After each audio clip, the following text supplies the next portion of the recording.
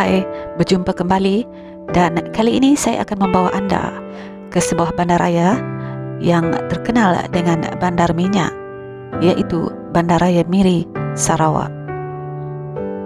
Kali ini saya ingin merungkai siapakah sebenarnya Datuk Permaisuri, yaitu sebuah nama legenda yang sinonim dengan Bandaraya Miri.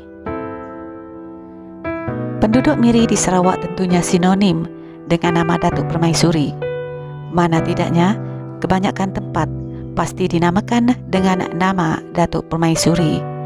Contohnya seperti SMK Datuk Permaisuri dan nama jalan yaitu Jalan Datuk Permaisuri. Ada sebuah dewan juga yang diberikan nama Dewan Datuk Permaisuri. Tapi, pernahkah Anda terfikir siapakah sebenarnya gerangan Datuk Permaisuri ini?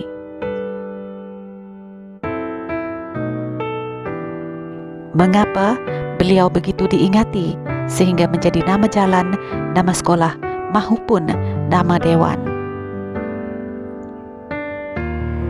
Pasti Anda menyangka Datuk Permaisuri adalah gelaran untuk seorang lelaki. Hakikatnya, Datuk Permaisuri merupakan seorang wanita yang mempunyai darah kerabat diraja Kerajaan Melayu. Keturunan Kerajaan Melayu, Datuk Permaisuri dikatakan menjadi penyumbang besar dalam perkembangan Islam di Miri ketika pembukaan kawasan ini. Terdapat bermacam teori tentang hikayat Datuk Permaisuri ini. Saya ingin mengetengahkan kepada Anda kisah Datuk Permaisuri sebagai isteri kerabat diraja Kesultanan Brunei dahulu kala. Datuk Permaisuri merupakan seorang puteri cantik jelita Raja Jarum dari Empayar Riau Johor. Sudah menjadi kebiasaan kerajaan Melayu terdahulu untuk mengadakan perkahwinan di raja bagi mengukuhkan kerajaan mereka. Maka beliau dikahwinkan dengan putra Kesultanan Brunei dalam majlis perkahwinan kerabat diraja yang penuh adat istiadat dan juga gilang gemilang. Hubungan di antara kerajaan Johor Riau dan Brunei agak baik, maka rutin kunjung-mengunjung antara kedua-dua sudah menjadi satu kebiasaan. Setelah tinggal di Johor buat seketika, suami Datuk Permaisuri memohon restu daripada mertuanya untuk kembali ke negara asalnya, yaitu negara Brunei. Walau bagaimanapun, pelayaran mereka kembali ke Brunei tidak selancar yang disangka. Setibanya mereka di sebuah tanjung yang luas, cuaca yang asalnya cerah telah berubah menjadi ribut taufan. Laut yang tenang bertukar menjadi gelora ganas sehingga menyebabkan kapal layar mereka karam. Walau bagaimanapun, suami Datuk Permaisuri hanya mempunyai satu pilihan untuk menyelamatkan orang yang tersayang.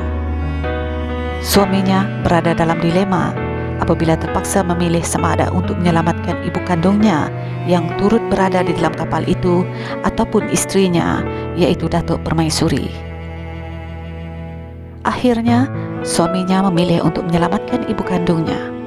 Keputusan itu merupakan keputusan yang sukar dibuat oleh suaminya.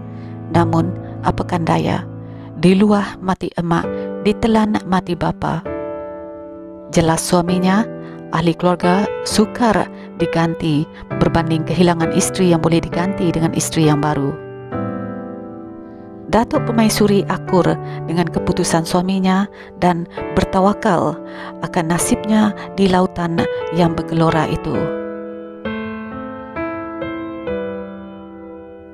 Dipendekkan cerita, Datuk Permaisuri diselamatkan oleh orang di pesisir pantai Miri apabila melihat beliau terdampar di sana dan dijaga sehinggalah beliau sehat seperti sedia kala.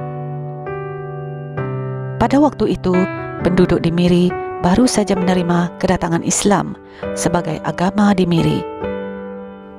Kehadiran Datuk Permaisuri Kemala serta-merta disanjung oleh rakyat tempatan kerana beliau merupakan sosok wanita yang berbudi pekerti, lemah lembut dan seorang penganut Islam yang baik. Tambahan pula, asal-usulnya yang merupakan putri kepada Sultan Kerajaan Johor Riau menguatkan lagi rasa hormat penduduk kerana kerajaan tersebut terkenal sebagai kerajaan yang mengembangkan agama Islam di Nusantara. Sepanjang bermastau tindi Miri, Datuk Permaisuri Gemala telah menyumbang kepada kemegahan syiar Islam dengan membawa masuk para pendakwah ke bumi Miri. Berita ini kedengaran sehingga ke Kerajaan Kesultanan Brunei. Masih ingatkah anda kepada suami, kepada Datuk Permaisuri? Suaminya yang berjaya menyelamatkan diri dan hidup di Brunei mendengar perkabaran tersebut. Sudah tentu si suami sungguh gembira mendengar berita bahawa istrinya yang disangka telah lemas di telan gelombang laut rupanya masih hidup. Si suami segera berlayar ke Miri untuk mengajak istrinya bersama kembali. Kedatangan suaminya itu disambut baik oleh Datuk Permaisuri Gemala. Walau bagaimanapun, Datuk Permaisuri ternyata masih kecewa dan terkilan dengan suaminya gara-gara peristiwa kapal karam yang lalu. Segala pujuk rayu si suami tidak dapat melembutkan hati Datuk Permaisuri untuk kembali bersamanya. Akhirnya si suami pulang ke Brunei tanpa membawa apa-apa. Datuk Permaisuri Gemala pula terus menetap di Miri sambil meneruskan perjuangannya menegakkan ajaran Islam sehingga ke akhir hayatnya. Begitulah kisah suka duka Datuk Permaisuri yang sinonim dengan Miri. Datuk Permaisuri boleh dikatakan sebagai individu yang mempunyai pengaruh yang besar dalam perkembangan agama Islam di Miri.